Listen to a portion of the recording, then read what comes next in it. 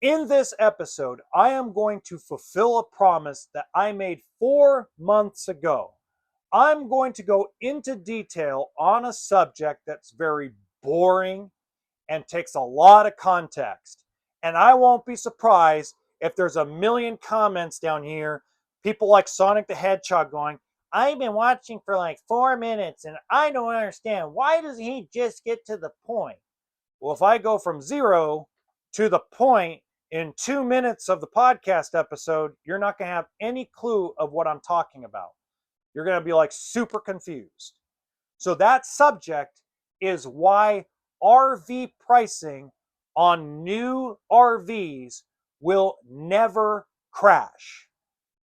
This also is going to be a very good lesson for the auto industry and the marine industry too, because it works a lot the same. There are differences, but the overall dynamics are about the same.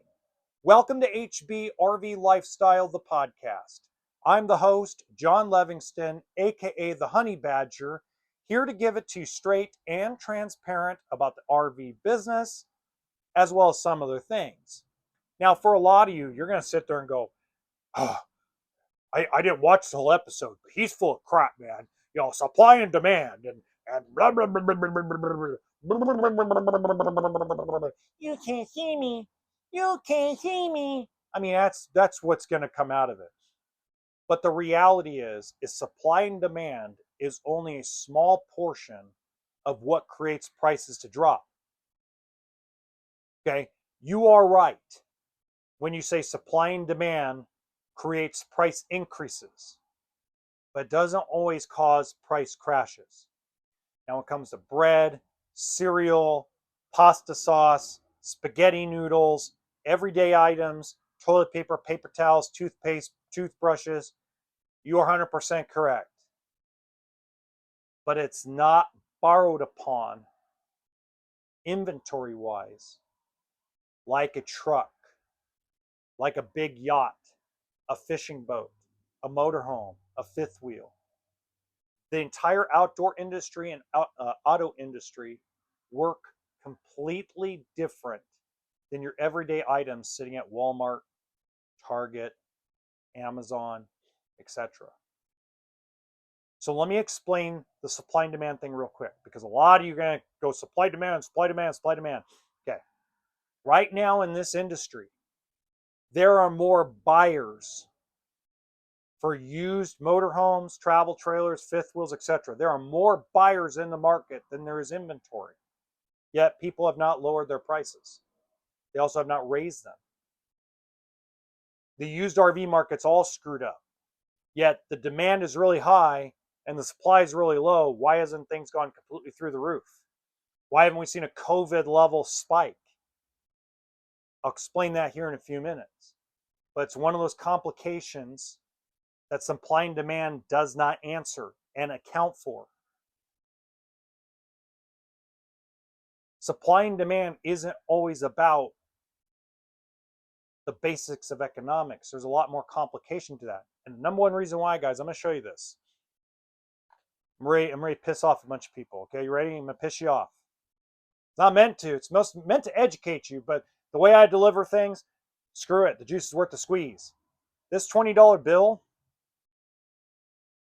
if the world had a EMP event, an electromagnetic pulse event that was caused by the sun, solar flares, whatever, tonight, and it wiped out everything, all the backups, everything, every electronic device, the internet, social media, all went out and went dark around the world.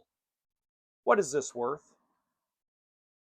I'll give you 3 seconds to answer in the comments. 3, 2, 1, 0. This is what it'd be worth. See my butt? There's the toilet. Oh, okay. Flush it down the toilet. Or hey, I gotta start that fire over there. Start the fire. That's what it's worth. This is a fugazi. A fugazi. It's fairy dust. It's a piece of paper that prevents us as human beings from hurting and killing each other for something to eat. It's an ability to civilize us. Even though a lot of us still don't ask civilized, even though this is around. It is debt. Every dollar bill you carry in your hand is a dollar of debt. So the lenders control a lot of the institutions. They're the most powerful entities in the world are the lenders. Without Bank of America, Chase, credit unions, Ally Financial, BMO, without Arrowhead Federal Credit Union, Logix Federal Credit Union, Alliant Credit Union, without all these institutions, we would not have an RV industry or an RV community. They don't simply take Forest River and Brinkley and Jayco and Grand Design, don't simply write a check for every part that they get in stock. They take debt out with their parts and OEM partners to get the parts there, and they pay off the debt every quarter, yearly, whatever it is, as they get the cash flow from selling it to the dealers. The dealers, well, at least 9 out of 10 dealers take a loan out for that inventory through a lender, and that lender sends the manufacturer the cash. And then 87.4% of United States purchasers in 2024 purchased an RV of some sort, used and new, with a loan. That means less than 13% of consumers in the United States paid cash for a recreational vehicle. Think about that. Sit in that for a second. No matter if you're cash buyer or not, no matter if you paid cash or not for your RV, whether you bought it privately, used, you bought a new one from a dealer, you bought one factory direct through a small little company, think about that for a second. It's all debt. Even when you paid cash, it was debt that was manufactured by your employer, your clients, the banks. It's all debt. It's not real. It's not backed by anything. It got taken off the gold standard in the 70s. That's why I love it. It's a fugazi, it's a fugazi, it's a fairy dust. I love that line from the movies. Love it. I'm sorry, I'm still snuffing from my cold I had. Okay. Now let's go over 2008, 2009. Let's go over the Great Recession. When the big price crash did occur in the RV industry, the auto industry, the real estate industry, it wasn't always about supply and demand. Supply and demand had nothing to do with it. I got in the industry in 2009. I remember being at Giant RV in Colton, California, with 3 other salespeople, a manager, and a finance guy for 13 freaking acres worth of RVs. On a Saturday and Sunday, we would combine get between 80 and 90 families a weekend walking in wanting to buy an RV. And there was plenty of supply and plenty of people that wanted to buy them. Do you know why the price crash occurred? Because manufacturers went out of business. When manufacturers went out of business, the banks stopped lending on the inventory and stopped lending on it retail.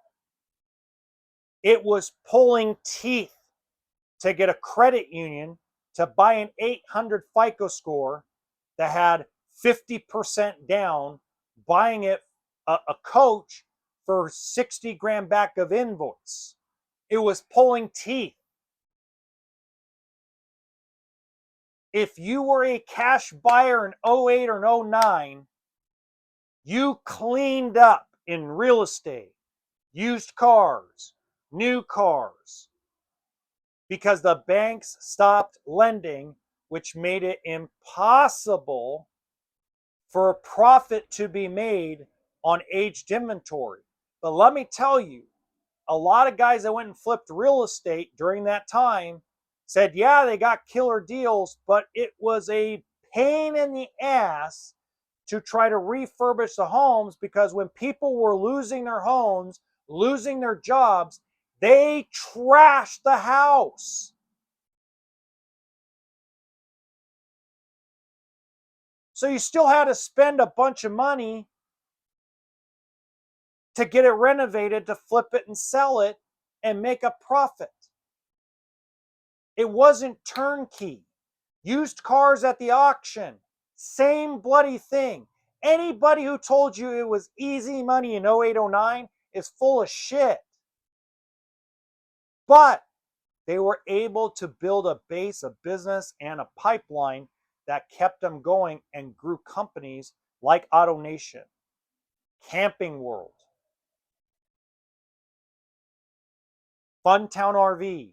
These are all foundational companies that busted their ass during the recession and grew to what they are today. Mike Thompson RV, Giant RV in Southern California. Their attitude was, well, we're drowning and everybody's drowning, but while we're drowning, let's stick a fire hose down all our competition's mouth and turn it on full blast, and we'll make them drown faster.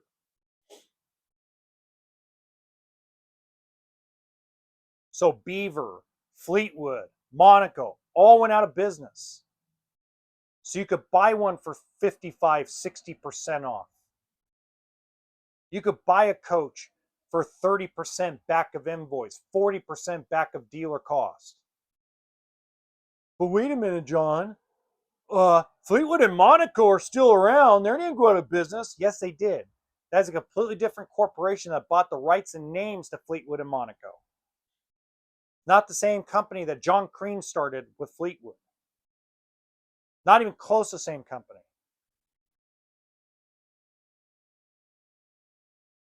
So what happened? Well, the banks went to a guy like Bob Baruti at Giant RV and says, hey, look, these two motorhome companies are out of business. Give me the $20 million because we don't want to borrow on that inventory anymore. They were dealerships that went out of business, not because they weren't selling anything. They went out of business because the banks went up to them and said, hey, by the way, these 6, 7 companies that you have on your lot, and you go, yeah, they went out of business. Give me the money. We're not borrowing on that product anymore. They're out of business. And they didn't have the cash. The dealers that did have the cash, they took millions of dollars of losses, mortgaged and indebted themselves to the max to get them through the Great Recession. And the only way they recouped any cash was selling things at complete losses.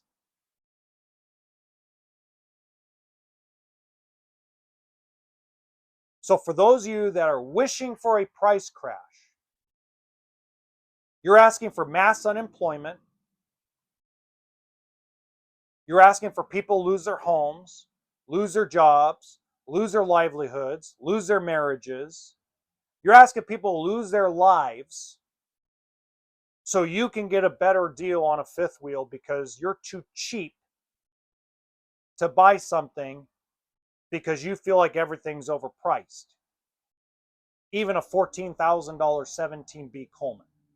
Let's call it out how it is.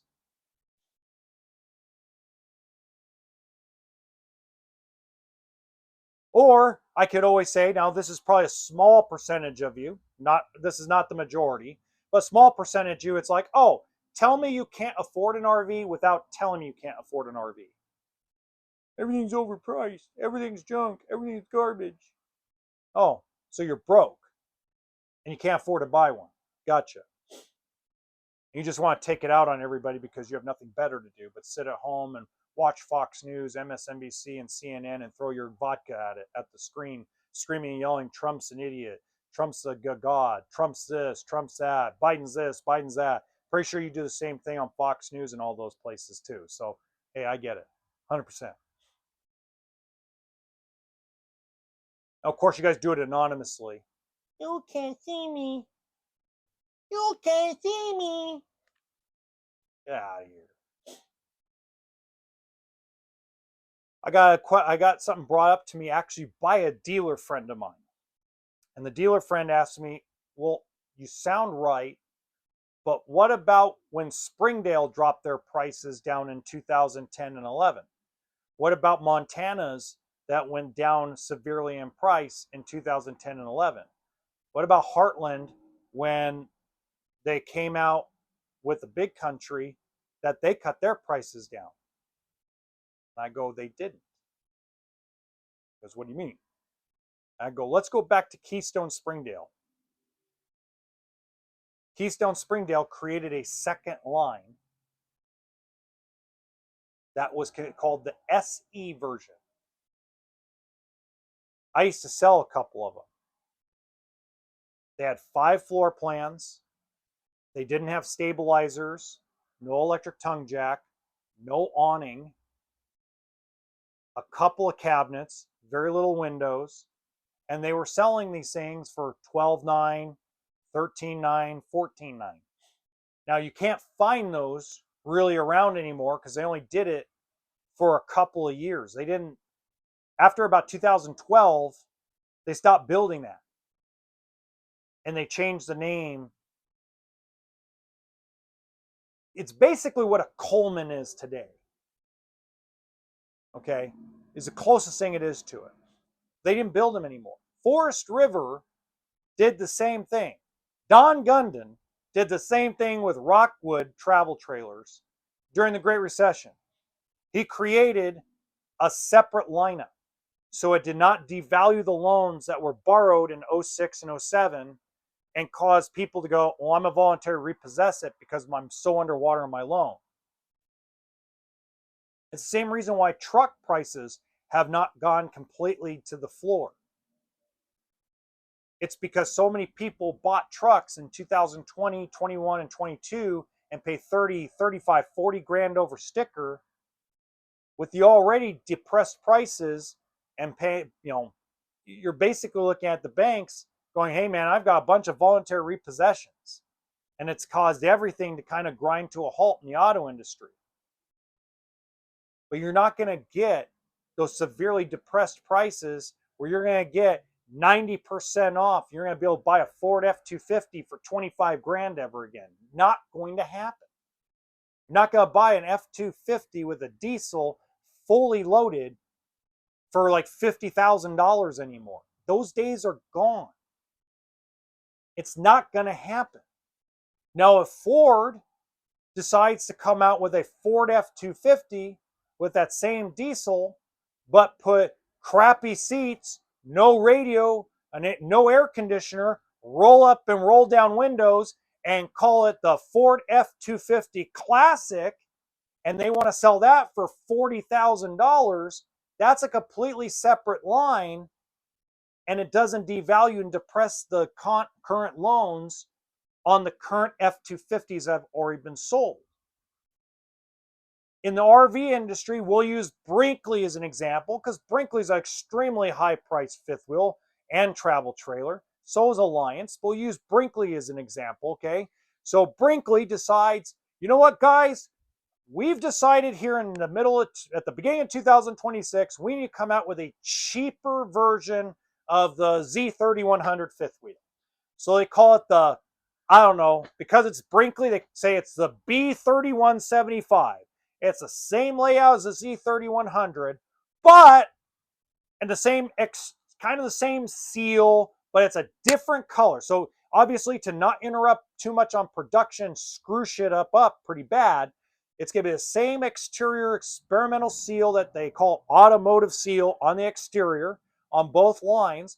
But this line over here, that's the Z30 or B3175, they're going to make it cheaper cabinetry, no leveling system, no upgrade for the suspension, cheap pin box, cheap landing gear, little, manual stabilizers in the back. I mean, they just come up with something cheap and they call it the Brinkley Standard Edition. And they decide instead of that going to the dealer for 102 grand, like a lot of the 3100s go for, they're fully loaded. We're going to make this land at the dealership for $45,000 and they can 54.9 it. It doesn't devalue all the loans for the inventory on the ground at the dealership lot or on the ground at the consumer's house that they took a loan on through Bank of America, M&T Bank, BMO, their own personal credit union, whatever the case may be. So the lender goes, oh, well, they're still building a Z3100, but over here they've got the cheaper lineup. That's the only way prices come down, is if the manufacturers decide they're going to build a cheaper version, and it's going to go in JD Power or the old NADA guide as a separate brand from what they already have.